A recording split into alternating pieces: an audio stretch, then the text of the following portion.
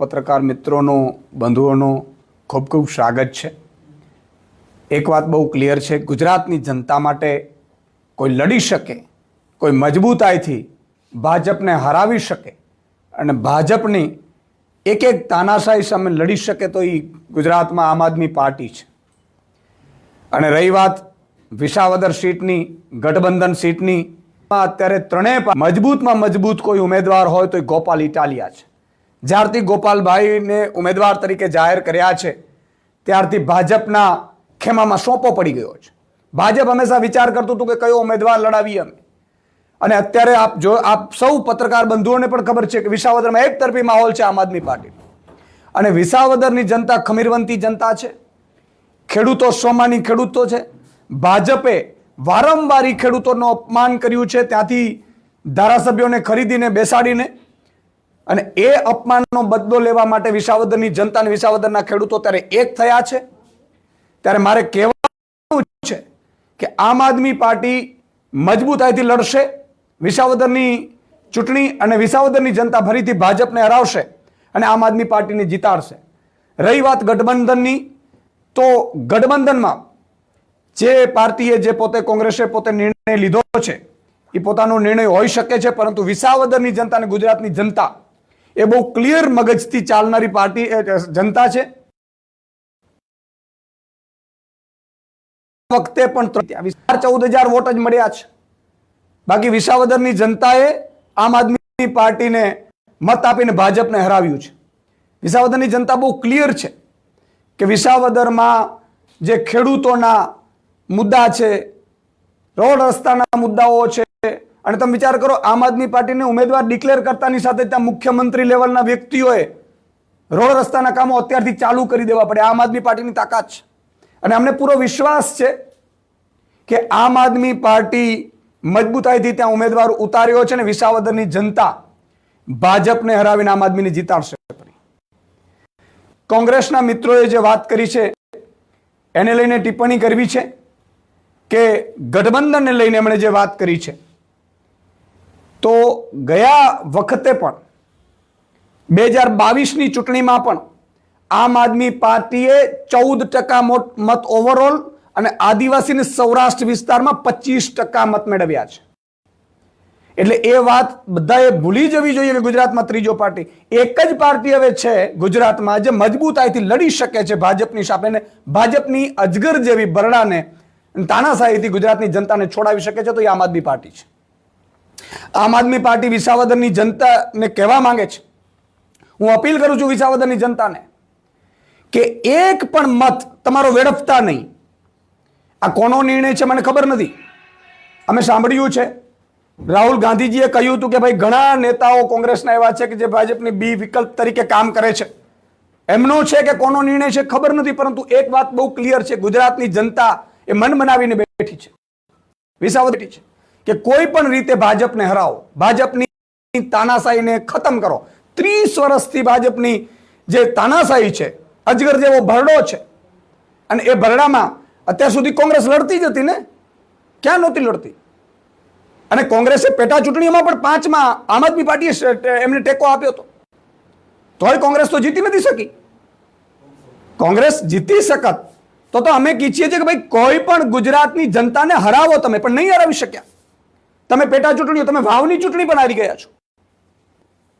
ત્યારે વિસાવદરની જનતાએ પસંદ કરેલો ઉમેદવાર જે ભાજપની તાનાશાહી સામે ન ડરે કે ન ઝૂકે એવો વ્યક્તિ જ્યારે મજબૂતાઈથી અત્યારે પ્રચાર કરી રહ્યો છે, ત્યારે મારે ત્યાંના સૌ વિસાવદરના એક એક કાર્યકર્તાને, એ તમામ પાર્ટીના કાર્યકર્તાઓ, તમામ ખેડૂતોને વિનંતી છે કે એક એક મત તમે ભાજપને હરાવવા માટે આપજો। ભાજપને જે ખેડૂતોનું અપમાન ભાજપે કર્યું છે વારંવાર તમારા ઉમેદવારોને ખરીદીને, એની સામે ભાજપને હરાવવા માટે આપજો, અને એ પાર્ટી એક પણ મત બીજે વેડફશો નહીં। એક ત્રીજી પાર્ટીને ત્યાં 10-12 હજાર મત મળ્યા હતા, તો એને પણ મારી વિનંતી છે વિસાવદરની જનતાને, તમામ જ્ઞાતિને, તમામ જાતિને, તમામ ધર્મના લોકોને કે એક પણ મત તમારો વેડફતા નહીં, ભાજપ વિરુદ્ધ મત પડવો જોઈએ અને ભાજપને હરાવવું જોઈએ, અને આમ આદમી પાર્ટી ભાજપને હરાવી શકશે એવી મારી અપીલ છે। તો આ મામલે છીએ કે વિસાવદરમાં હવે જે પણ ઉમેદવારો જે પણ રીતે લડે આમ આદમી છે. આમ આદમી પાર્ટી ફરીથી એ સીટ વિસાવદરની જનતા એને જીતાડશે ને ભાજપને હરાવશે. વિસુદાનભાઈ, જે નિવેદન આપ્યું શક્તિસિંહ ગોહિલે એમણે એવું પણ કીધું છે કે હરિયાણામાં જે પ્રકારની સ્થિતિ હતી, કોંગ્રેસની સરકાર બનવાની હતી એ નિશ્ચિત હતું, પરંતુ સીટોની વહેંચણીમાં આમ આદમી પાર્ટીએ જે છે પોતાનું ચલાવ્યું અને એના કારણે જે સ્થિતિ છે એ સ્થિતિ વધારે ગંભીર થઈ. એટલે ગઠબંધનનો જે ધર્મ છે ધર્મ હોવો જોઈએ અને અત્યારે અમે આ વર્તમાન સ્થિતિને ધ્યાનમાં લઈને આ નિર્ણય લીધો છે. આગળનું જે હશે એ જોઈશું. પણ એમણે ઉદાહરણ હરિયાણાનું પણ આપ્યું. તે પણ હું ક્લિયર કરી દઉં. માનનીય કોંગ્રેસના નેતાઓને અને વિધિ પણ યુટ્યુબ ઉપરથી પણ એ ક્લિપો કાઢી શકશો. આમ આદમી પાર્ટીના જે લીડર રાઘવ ચડ્ડાજી જે વાતચીત કરી રહ્યા હતા, એમણે છેલ્લે 5 સીટ ઉપર તૈયાર થયા હતા કે અમને માત્ર 5 સીટ આપો. અમે જે કુરુક્ષેત્ર વિધાનસભા જે લોકસભા લડ્યા હતા એની 7 સીટ આવે, એમાંથી 5 ઉપર તો આમ આદમી પાર્ટી લીડ કરતી હતી, માત્ર 23,000 મતથી જ હાર્યા હતા લોકસભાની સીટ. એમાંથી પણ એ ધર્મ ન નિભાવ્યું. પણ એ વાત જૂની છે, મારે કોઈ વાત કરવી નથી. મારે ગુજરાતની વાત કરવી છે, ગુજરાતની જનતાને મારે અપીલ કરવી છે કે આ વખતે ક્યાંય ભરમાતા નહીં, આ વખતે કોઈ બીજી વાત નહીં. તમે અમારા ઉપર વિશ્વાસ મૂકો, અમે ભાજપને અહીંથી ખદેડીને 2027માં તમને દેખાડીશું. અમે તમારા એક એક પ્રશ્નોની સાથે ઊભા રહેશું. અમે કોઈ સેટિંગમાં નહીં પડીએ. અમે કોઈ ભાજપની બી ટીમ કે વિકલ્પ ટીમ કે જે રાહુલજીએ કીધું છે એવું નહીં થવા દઈએ. તમે અમારા ઉપર વિશ્વાસ મૂકો. અમે બધું છોડીને એટલા માટે આવ્યા છીએ કે 30 વર્ષના ભાજપની તાનાશાહીને આપણે હરાવવું છે, એને ભગાડવું છે અને ઘર ભેગા કરવા છે. ભાજપના નેતાઓએ જે લૂંટ ચલાવી છે ગુજરાતની જનતા ઉપર, અત્યાચાર કરે છે, અન્યાય કરે છે, એનો બદલો લેવાનો છે. એટલે ક્યાંય કોઈ કચાસ જનતા ન રાખે ને ખાસ કરીને વિસાવદરની જનતા એનો પહેલો પરચો આપે. વિસાવદરમાં આજે વિસાવદરની જનતાની પણ પરીક્ષા છે. મારી અપીલ છે ખેડૂતોને, વિસાવદરની જનતાને કે આ લોકો ષડયંત્ર કરી રહ્યા છે ગોપાલ ઇટાલિયાને આમ આદમી પાર્ટીને હરાવવા માટે.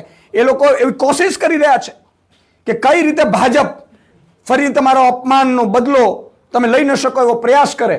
પરંતુ ભાજપને અહીંયાથી ખદેડી મૂકવાનો છે.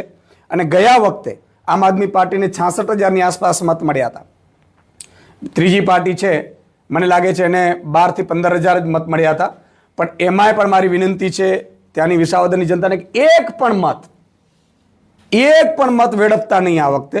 આ વખતે ભાજપને 20,000 મતોથી ત્યાં વિસાવદરની જનતા હરાવશે. અને ભાજપને હરાવવાની આ ચૂંટણી છે. ભાજપને ચૂંટણી છે, ખેડૂતોનો બદલો લેવાની આ ચૂંટણી છે. અને ભાજપ વારંવાર વિસાવદરની જનતાનો ખેડૂતોનો અપમાન કરે છે, એનો બદલો લેવાની આ ચૂંટણી છે. અને આખા ગુજરાતના ખેડૂતો, ઉત્તર ગુજરાત, દક્ષિણ ગુજરાત કે તમામ ખેડૂતો પોતે વિસાવદર પહોંચે અને ભાજપને હરાવવા માટે તૈયાર થાય અને ગોપાલ ઇટાલિયાને જીતાડે. અને ગોપાલ ખેડૂતોનો અવાજ ન બને એ માટે ષડયંત્ર ભાજપે કર્યું છે. કટક ઉતારશે, આ બધા ખેલ કરશે ભાજપ. પણ એક જ વિનંતી છે કે વિધાનસભામાં અવાજ બનશે અને તમામ નાગરિકોનો અવાજ બનશે. વિસાવદરની જનતા માટે તો સોનેરો સૂરજ છે કે આવા મજબૂત નેતા વિસાવદરને ધારાસભ્ય તરીકે મળવાના છે.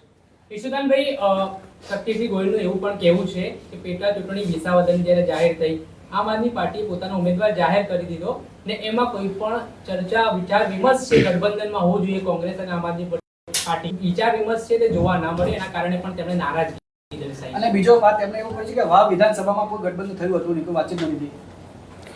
જો એક વાત છે, ગઠબંધનના પોતાના કેટલાક ધર્મ હોય છે. અને મેં પહેલાં પણ કહ્યું છે કે જે પણ કંઈ નારાજગી હોય તો એ નારાજગીને તો બેઠકોમાં સમાધાનો થતા હોય છે.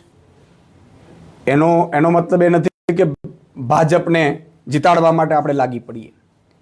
માની લો કે બીજા જે અમારે લોકસભામાં આપણે ગઠબંધન થયું હતું તો 2 ઉમેદવારો અમે નક્કી કર્યા હતા, 24 ઉમેદવારોએ કોંગ્રેસે જ નક્કી કર્યા હતા. એમાં અમારી કોઈ રાય એમાં લેવામાં આવી નહોતી અને ન લેવામાં આવે, કારણ કે એમની ભાગની સીટ હતી.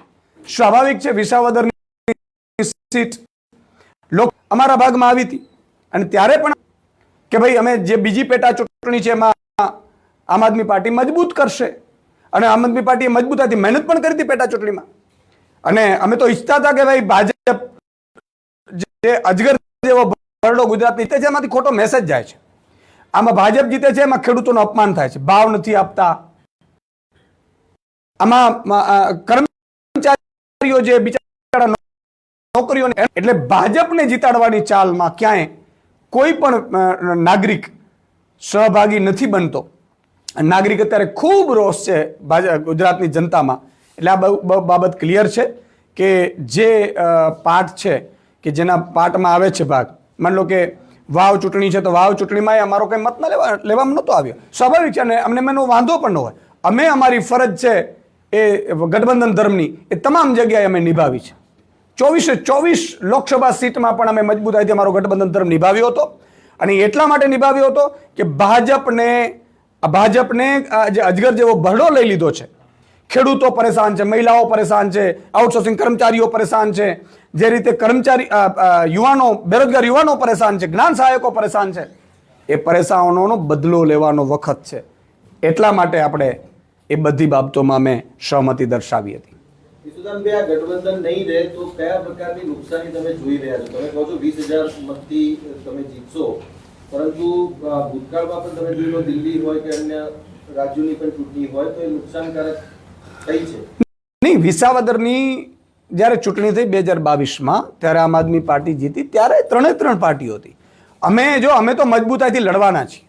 અને વિસાવદરની જનતા બહુ શાણી છે. ત્યાંના 3 પાર્ટીના કાર્યકર્તાઓ પણ ખેડૂતો છે, એ પણ શાણા છે. એ બધાને ક્લિયર મેસેજ એ છે કે ભાઈ કોઈ પણ ભોગે ખેડૂતોના અપમાનનો બદલો લેવાનો છે, ભાજપને ફરીથી પરચો દેખાડવાનો છે. અને અમે મજબૂતાઈથી લડી રહ્યા છીએ. એટલે હવે તો જે હશે એ બહુ ક્લિયર છે. વિસાવદરની જનતા ભાજપને હરાવશે એવો અમને પૂરો વિશ્વાસ છે. એક મિનિટ. कार्यकर्ता जुड़े कांग्रेस में, उसके बारे में बताएं। અમદાવાદ અને સુરતના કાર્યકર્તાઓ જોડાયા કોંગ્રેસમાં. પાર્ટીમાં તો લોકો ઘણા આવતા હોય, ઘણા જતા હોય. આમ આદમી પાર્ટી છે એ બહુ મજબૂતાઈથી આગળ વધી રહી છે. અમે દિલ્હીમાંથી 225 ટીમો, સેન્ટ્રલની ટીમો ગુજરાતમાં આવી ચૂકી છે. અને 450 ટીમો અત્યાર સુધીમાં અમારી બની ચૂકી છે. અને બીજી 600 ટીમો આગામી લગભગ 15 દિવસમાં બની જશે. અને 1000 ટીમો છે એ 3 વર્ષ માટે ગ્રાઉન્ડ ઉપર હશે, સંગઠન બનાવવા નિર્માણનું કામ કરશે. અને અમે ખાતરી આપી છે ગુજરાતની જનતાને કે 2022નું ઘા છડતો ગયો હતો અને માત્ર 6 મહિના અમને ટાઈમ મળ્યો હતો તૈયારી કરવાનો. આ વખતે 3 વર્ષ મળ્યા છે. એટલે ગુજરાતની જનતા અમારા ઉપર વિશ્વાસ મૂકે, કારણ કે કોઈ વિકલ્પ બની નથી શકવાનો. મને ખબર છે અત્યાર સુધી કોઈ બની નથી શક્યું. ઘણી પાર્ટીઓને તક મળી, નથી બની શક્યું. પણ પહેલી 6 મહિનામાં આમ આદમી પાર્ટીને 14% વોટ સાથે મજબૂતાઈથી આગામી ચૂંટણીઓ આમ આદમી પાર્ટી લડશે. સ્થાનિક સ્વરાજ્યની ચૂંટણીઓ પણ 9,300 ચૂંટણીઓ છે. એનો ઉમેદવાર પસંદગી પણ અમે આગામી ઓક્ટોબરથી શરૂ કરવાના છીએ, જે ફેબ્રુઆરી 2026માં ચૂંટણીઓ છે એની. એટલે અમે અમારી તૈયારી ફૂલ ફ્લેજમાં અત્યારથી ચાલુ કરી દીધી છે. અને ગુજરાતની જનતાને વિશ્વાસ અપાવીએ છીએ કે એક પણ હવે તમે કોઈ પણ ખોટી બાબતોમાં કે ખોટી અફવાઓમાં આવતા નહીં. જે પાર્ટીઓએ અત્યાર સુધી ખેલ કર્યા છે એમાં આપણે પડવું નથી. કોણ કોની ટીમ છે એ બધી તમને ખબર છે. ખુદ કીધી છે કોંગ્રેસના નેતાઓને લઈને, માર નથી કેવી, એ તમને બધાને ખબર છે. એટલે હવે એક જ પાર્ટી જે ભાજપને હરાવી શકે અને ભાજપ સામે લડી શકે એ આમ આદમી પાર્ટી છે. એટલે કોઈ કન્ફ્યુઝનમાં તમે રહેતા નહીં.